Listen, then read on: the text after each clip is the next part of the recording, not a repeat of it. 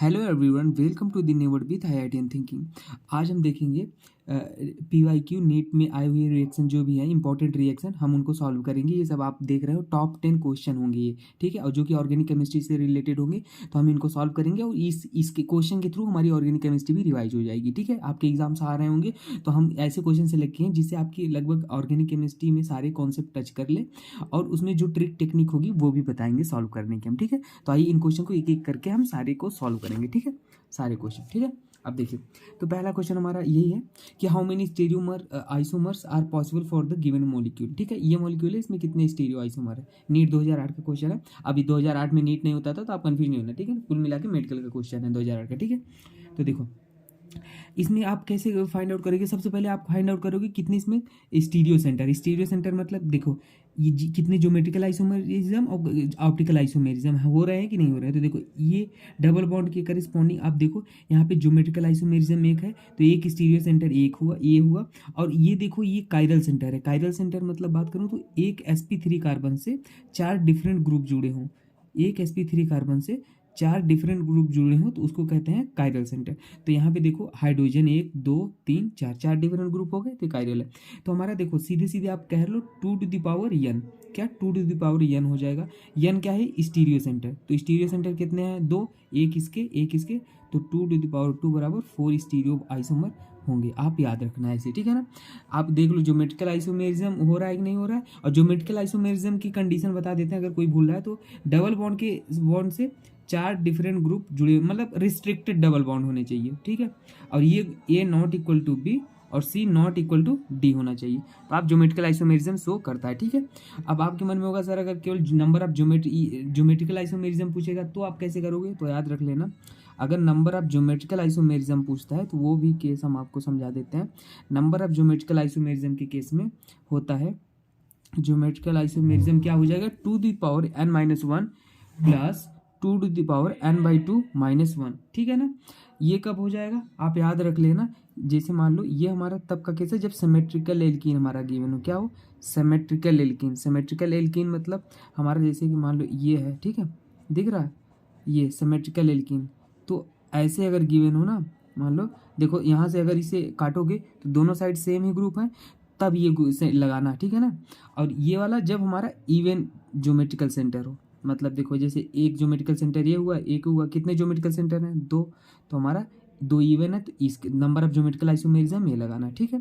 और अगर मान लो ऑड ज्योमेट्रिकल सेंटर हो, ऑड होगा तो हमारा क्या कर देना, 2 to the power n-1 plus 2 to the power n-1 divide by 2 कर देना, ठीक है, दिख रहा है आपको, ये कर देना 2, ये ऑड के लिए। अब आप कहोगे सर अगर मान लो ये डिसिमिलर इंड हुआ तो, मतलब अनसिमेट्रिकल एल्कीन हुआ तो अनसिमेट्रिकल एल्कीन के केस में कुछ नहीं करना है। अनसिमेट्रिकल केस में 2 टू द पावर n कर देना, n क्या हो, नंबर ऑफ ज्योमेट्रिकल सेंटर, ठीक है। ज्योमेट्रिकल सेंटर कितने ज्योमेट्रिकल आइसोमेरिज्म, मतलब कितने रिस्ट्रिक्टेड डबल बॉन्ड है, बस ये सारी चीज़ें हम कवर करने की कोशिश कर रहे हैं, ठीक है। सॉरी, अब देखो which one has R configuration, ठीक है, आर पूछा था तो सबसे पहले आप प्रायोरिटी दे लिया करो। तो देखो 1 क्योंकि क्लोरीन का एटॉमिक नंबर सबसे ज़्यादा है, फिर 2 क्योंकि यहाँ 2 कार्बन है, यहाँ पे एक ही है तो इसलिए 2, फिर 3 और फिर यहाँ पे 4, ठीक है ना।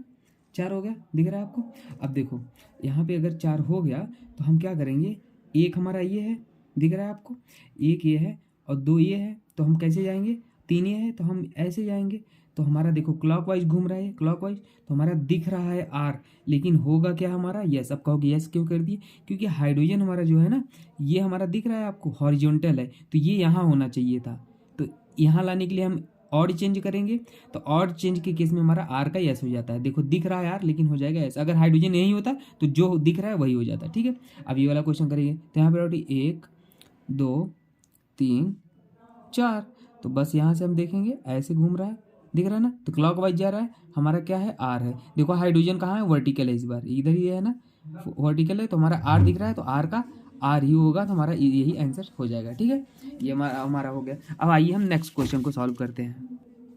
नेक्स्ट क्वेश्चन भी हमारा आर्यस नॉमेनक्लेचर से है, ये 2005 का क्वेश्चन है, सारे PYQ है। तो देखो इसमें bromine, fluorine, chlorine, bromine, bromine का एटॉमिक नंबर सबसे ज़्यादा होता है तो फर्स्ट प्रायोरिटी इसे देंगे, सेकंड प्रायोरिटी इसे हम देंगे ना क्लोरीन का, फिर कार्बन का थर्ड और फिर हाइड्रोजन का फोर्थ। तो अब आप किधर से ले जाओगे, देखो 1 2 3 हमारा ऐसे घूमेगा, दिख रहा है, ये हमारा कैसा दिख रहा है, क्लॉकवाइज दिख रहा है, तो इसमें क्लॉकवाइज दिख रहा है, हाँ, तो क्लॉकवाइज मतलब आर होता है, ठीक है। अब देखो हाइड्रोजन हमारा यहाँ पे है, हाइड्रोजन हमेशा जो लीस्ट प्रायोरिटी ग्रुप होता है ना, चौथा, ये चौथा मतलब लीस्ट प्रायोरिटी है ना। लीस्ट प्रायोरिटी हमेशा कैसे डैश पे होना चाहिए, लीस्ट प्रायोरिटी ग्रुप हमेशा डैश पे होना चाहिए, ठीक है। ये भी कंडीशन है। अगर मान लो ये वेज पे होता ना, तो आप उसको डैश पे लाने के लिए अगर ऑड चेंज करते, एक एक बार इसको घुमाते, तो हमारा आर का एस हो जाता है, एस का आर हो जाता है, ठीक है। और इवन चेंज के लिए हमारा आर का आर ही रहता है और एस का एस ही रहता है, ठीक है। तो ये चीज़ें आप याद रखे रहना, ठीक है। तो देखो अब हम अगला क्वेश्चन करते हैं, which one will go through SN1 reaction. तो मतलब SN1 रिएक्शन के थ्रू कौन सा हमारा ईजिली जाएगा, मतलब पूछा था ईजिली जाएगा, यही था क्वेश्चन, ठीक है ना।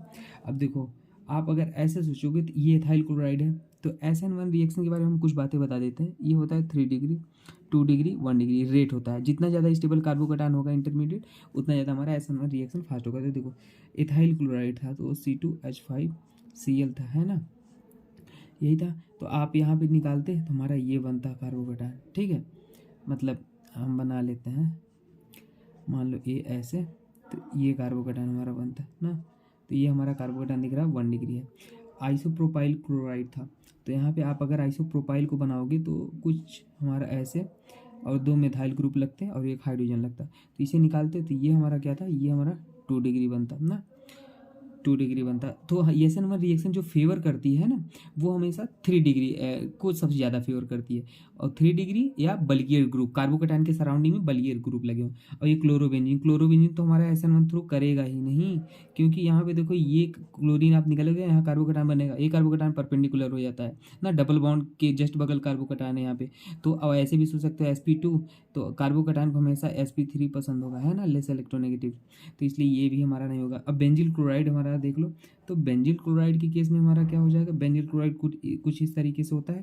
तो इसे निकालोगे तो यहाँ कार्बोकटान बनेगा, ये कार्बोकटान रेजोनेंस में जा रहा है ना, रेजोनेंस मतलब बहुत ज़्यादा स्टेबल, तो ये वाला हमारा बेंजिल क्लोराइड हो जाएगा ना, बेंजिल क्लोराइड, ठीक है। बेंजीन याद रख लेना, ये होता है ना। ऑर्डर भी याद रख लेना, अगर SN1 का ऑर्डर पूछ ले, SN1 का ऑर्डर पूछ ले, तो हमारा जो होता है बेंजल होता है, फिर एलाइल कार्बोकटान होता है, फिर टर्शियरी होता है, फिर सेकेंडरी होता है, टर्शियरी फिर सेकेंडरी फिर प्राइमरी ना, याद रख लेना। 3 डिग्री वो तो हमने लिख ही दिया, ठीक है, ये होता है। अब देखो अगला क्वेश्चन हम करा देते हैं आपको, which of the following is least reactive in SN reaction. SN reaction में लीस्ट रिएक्टिव कौन होगा, ठीक है। तो देखो SN रिएक्शन की अगर हम बात करेंगे तो आप क्या कह सकते हो, ये देखो ये 3 डिग्री कार्बोकटान है ना, क्लोरीन निकालने के बाद 3 डिग्री बनेगा, ये हमारा यहाँ पे बनेगा। अगर कभी डबल बॉन्ड के वाले कार्बन पे कार्बोकटान हो, वो तो SN1 दिखाता ही नहीं है ना, सब्स्टिट्यूशन रिएक्शन दिखाता ही नहीं, SN1 SN2 की बात ही नहीं है, ठीक है। यहाँ पे आप बनाओगे तो ये कार्बोकटान बनाओगे ना, यहाँ पे बनाओगे तो आप ये कार्बोकटान बनाओगे, दिख रहा है।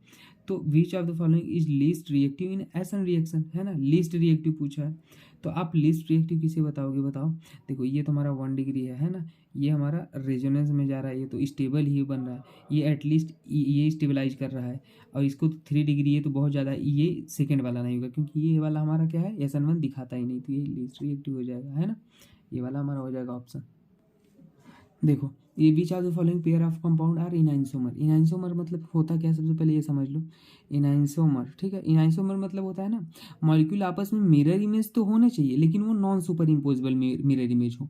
नॉन सुपर इम्पोजिबल मतलब जैसे कि आप मान लो ये हमारा स्ट्रक्चर है, आपको दिख रहा है, ये स्ट्रक्चर है, इसके अगर यहाँ पे शीशा रख दो, ठीक है, तो ये ग्रुप इधर चला जाए और ये वाला इधर चला है, मतलब जो लेफ्ट है वो राइट चला जाए, राइट है जो लेफ्ट चला है, तो मिरर इमेज हो। लेकिन उसको अब फिर जो मिरर इमेज आए उसको उठा के उसके ऊपर रख दो, तो हमारे क्या हो, वो हाइड्रोजन के ऊपर ना आए। तो जैसे देखो ये पहली बात तो मिरर इमेज ही नहीं, देखो ये हमारा राइट साइड में है, ये भी हमारा राइट साइड में है, तो ये तो इनआइंसोमर का हमारा पॉसिबिलिटी ही नहीं है, ठीक है। यहाँ पे आ जाओ, देखो ये हमारा राइट साइड में है, ये लेफ्ट साइड में हो गया है OH, तो ये है यहाँ पे दोनों को देखना, दोनों ग्रुप देखना, ये वाला देखो ये हमारा लेफ्ट साइड में, यहाँ पे राइट साइड में, हाँ, तो मिरर इमेज हमारा ये है, मिरर इमेज है।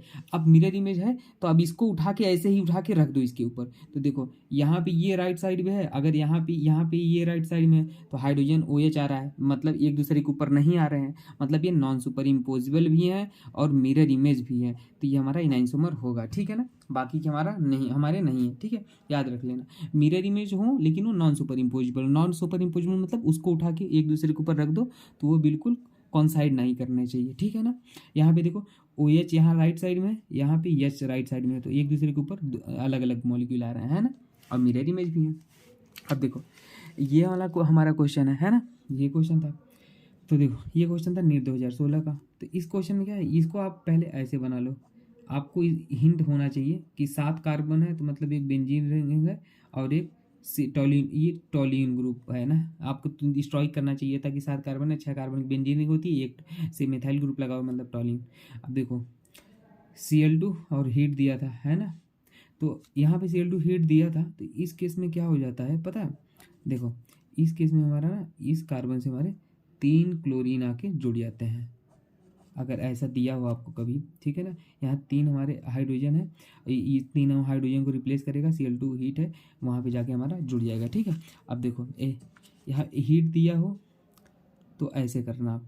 अब अगले स्टेप में हमारा जो Br2 और Fe है ना, Br2 Fe है, देखो ये हमारा -I इफेक्ट लगाएगा, ठीक है, और -H भी लगाएगा, है ना।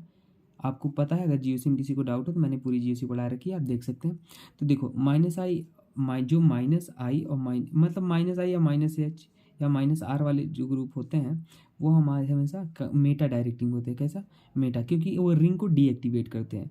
तो हमारा देखो जो आने वाला इलेक्ट्रोफाइल होगा, इलेक्ट्रोफाइल हमारा Br+ होगा, वो हमारा मेटा पोजीशन पे जाके जुड़ जाएगा, कुछ करना नहीं था, देखो तो हमारा Br यहाँ आके जुड़ गया, है ना। अब अगली स्टेप में देखो जिंक और HCl दे रखा था, जिंक HCl क्या करता है ना, इसको फिर से उसी फॉर्म में कर देगा, हाइड्रोजन वाले में रिड्यूस कर देगा। तो देखो कभी भी अगर जिंक HCl हो और ऐसा कंडीशन हो तो आप फिर से देखो ये क्लोरीन को रिमूव कर देगा, ठीक है, और यहाँ पे हमारा बाकी फिर से वैसे ये वाला स्ट्रक्चर बन जाएगा, ठीक है। तो हमारा ये प्रोडक्ट बन जाएगा, आप याद रखना इसे, ठीक है। ये हमारा एरोमेटिक इलेक्ट्रोफिलिक सब्स्टिट्यूशन रिएक्शन का क्वेश्चन था, ठीक है। किसी कुछ डाउट होगा तो आप कमेंट सेक्शन में लिख देना। अगला क्वेश्चन सॉल्व करते हैं। देखो अगला क्वेश्चन हमारा ये है, ये भी एरोमेटिक इलेक्ट्रोफिलिक सब्स्टिट्यूशन रिएक्शन है, मस्त ही क्वेश्चन है, बहुत बढ़िया। देखो इस क्वेश्चन में क्या था, Br2 Fe Br3 था, तो देखो ये हमारा CH3 + I लगाएगा, है ना, ये भी हमारा +I लगाएगा।